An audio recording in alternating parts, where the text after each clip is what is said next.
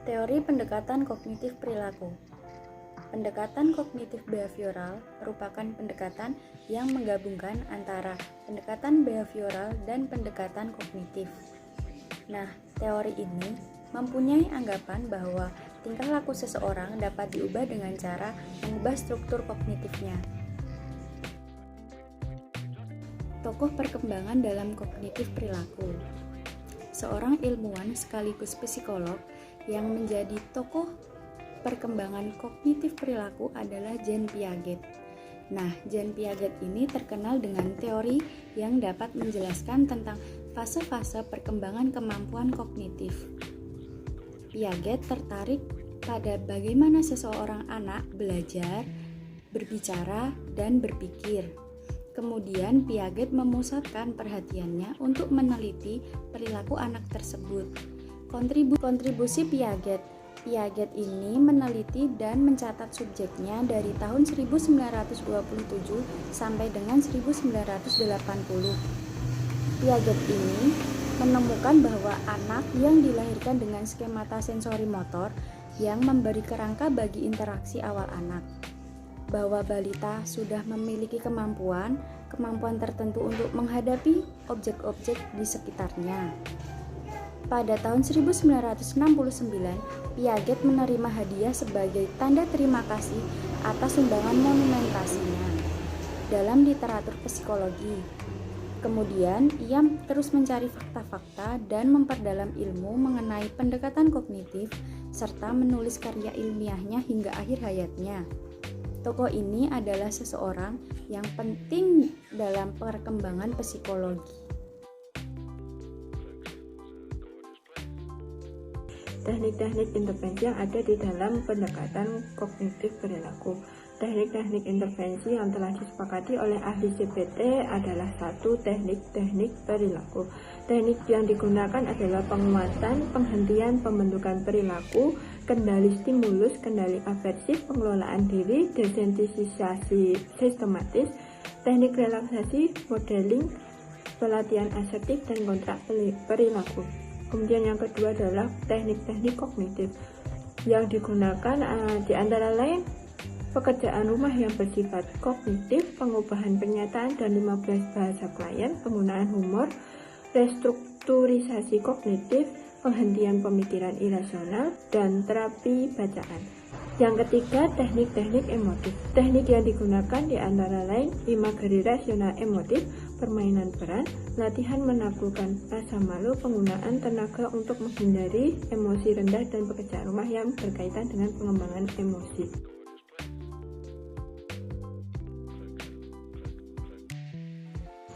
Kemudian langkah-langkah intervensi dalam pendekatan kognitif perilaku. Penanganan depresi dengan menggunakan terapi kognitif perilaku secara umum terdiri dari 10-20 sesi yang masing-masing kira-kira 60 menit per sesi. Terapi kognitif perilaku yang digunakan untuk penanganan depresi terdapat 3 fase penanganan. Fase yang pertama yaitu berfokus untuk meredakan gejala depresi, di mana tujuannya kalian akan dilebatkan kembali pada aktivitas sehari-hari. Pada fase awal ini, penekanan adalah perubahan perilaku. Fase ini biasanya disebut dengan penjadwalan perilaku atau aktivasi perilaku.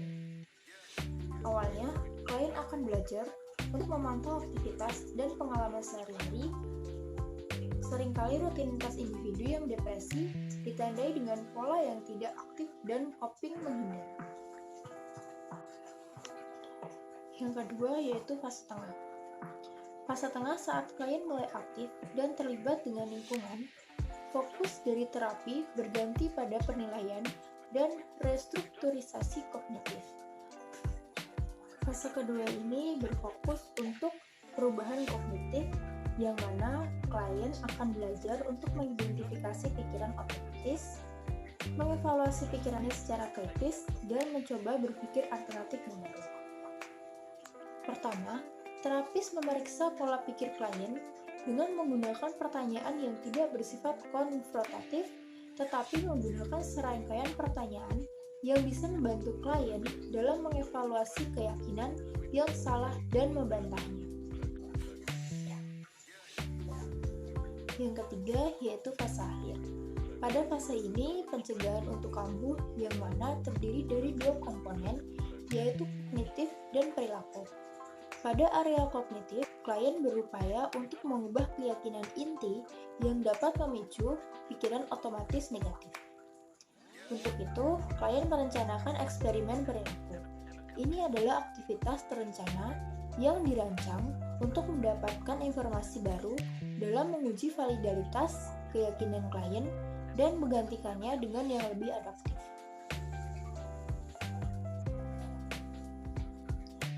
Terapi ini juga bisa melihat catatan harian dari klien untuk melihat bagaimana klien menguji realitas dan memodifikasi pikiran-pikiran otomatisnya. Terminasi dilakukan secara berangsur-angsur dari mengatur jadwal sesi, misalnya dari mingguan menjadi 2 mingguan.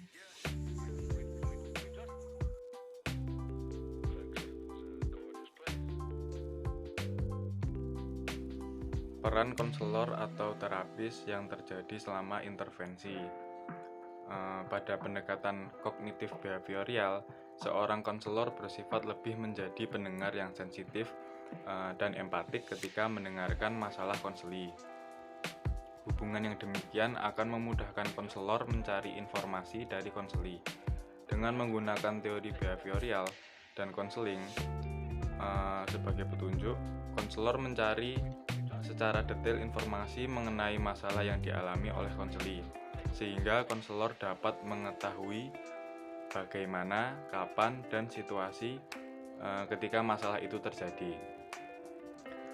Pada saat konseling, seorang konselor yang menggunakan pendekatan kognitif behavioral sangat jarang menggunakan kata "kenapa", seperti "kenapa kamu cemas sebelum ujian" atau "kenapa kamu stres saat bekerja".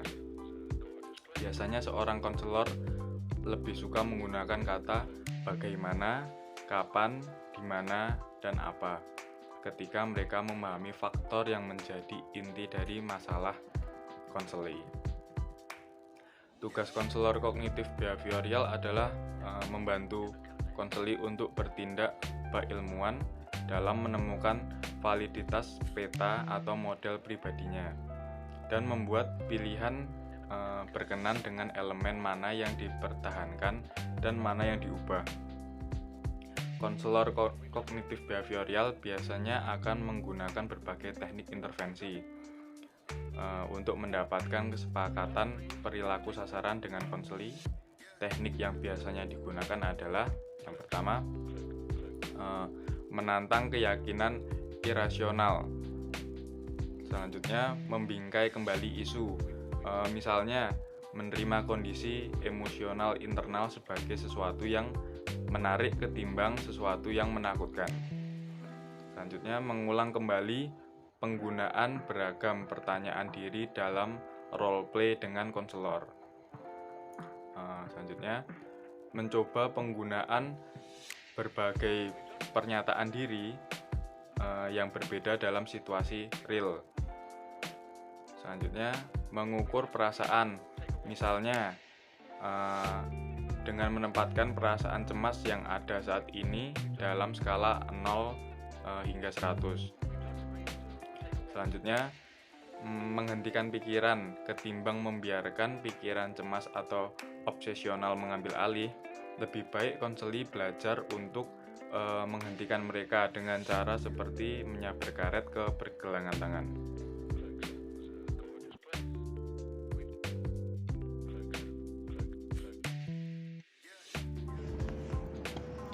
Selanjutnya adalah tentang permasalahan psikologi yang dapat ditangani dan cara penanganannya dengan pendekatan tersebut. Gangguan depresi sendiri adalah bagian dari gangguan mood. Mood adalah kondisi emosi atau perasaan yang dialami oleh individu. Perubahan mood merupakan hal yang wajar, misalnya merasa gembira ketika mendapatkan prestasi dan merasa terpuruk ketika gagal dalam tes atau gagal dalam membangun relasi dengan lawan jenis. Dalam hal ini, individu yang merasa terpuruk pada situasi yang mengecewakan itu merupakan sesuatu hal yang wajar. Perubahan mood yang merupakan respon terhadap pasang surut dalam kehidupan sehari-hari adalah hal yang normal. Namun demikian, ketika perubahan mood yang persisten dan parah atau ada siklus kesenangan dan depresi yang ekstrim, maka hal tersebut menandakan kemunculan gangguan mood. Gangguan depresi memiliki ciri umum terkait adanya perubahan kondisi emosional, perubahan motivasi, perubahan fungsionalitas, dan perilaku motorik terhadap perubahan kognitif. Gangguan depresi berdasarkan Diagnostic and Statistical Manual of Mental Disorder 5th edition atau DSM-5 terdiri atas 3 gangguan, yaitu gangguan depresi mayor, gangguan depresi persisten atau distimia, dan gangguan disforik premenstruasi. Depresi mayor merupakan depresi yang ditandai dengan adanya mood yang menurun, merasa tidak punya harapan dan tidak berdaya, perubahan selera tidur atau selera makan, kehilangan motivasi, kehilangan kesenangan dalam aktivitas biasa.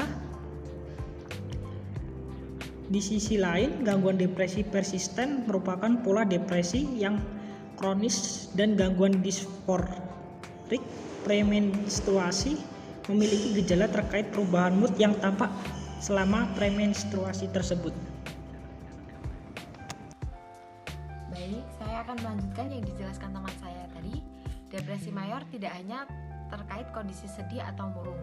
Individu dengan gangguan depresi mayor cenderung memiliki selera makan yang rendah, berat badan yang naik bahkan turun secara signifikan. Ada permasalahan tidur yang mana tidur selalu lama atau terlalu sebentar, dan secara fisik terganggu pada kondisi ekstrim menunjukkan pelambatan pada motoriknya. Depresi mayor dapat melumpuhkan kemampuan individu untuk memenuhi tanggung jawab dalam kehidupan sehari-hari. Depresi mayor membuat seseorang kehilangan minat pada semua aktivitas dan hobinya, sulit berkonsentrasi dan mengambil keputusan, memiliki pikiran dan kematian yang menekannya dan berusaha mengakhiri hidupnya. Banyak faktor yang berhubungan dengan meningkatnya depresi, yaitu usia, status ekonomi, dan status perkawinan, dan jenis kelamin. Teori kognitif menghubungkan kemunculan dan bertanya kondisi depresi berkaitan dengan bagaimana individu melihat diri atau dunia di sekitarnya. Aaron Beck merupakan tokoh kognitif yang melihat bahwa depresi berhubungan dengan bagaimana proses berpikir individu. Ia berpendapat bahwa depresi disebabkan bias dan distorsi kognitif pada individu. Teori segitiga kognitif menjelaskan bahwa depresi disebabkan karena adanya pandangan negatif tentang diri sendiri, tentang lingkungan, dan masa depannya. Pandangan negatif tentang diri sendiri yaitu merasa dirinya tidak berharga, penuh kekurangan, tidak mampu, tidak dicintai, dan kurang memiliki kemampuan untuk bahagia.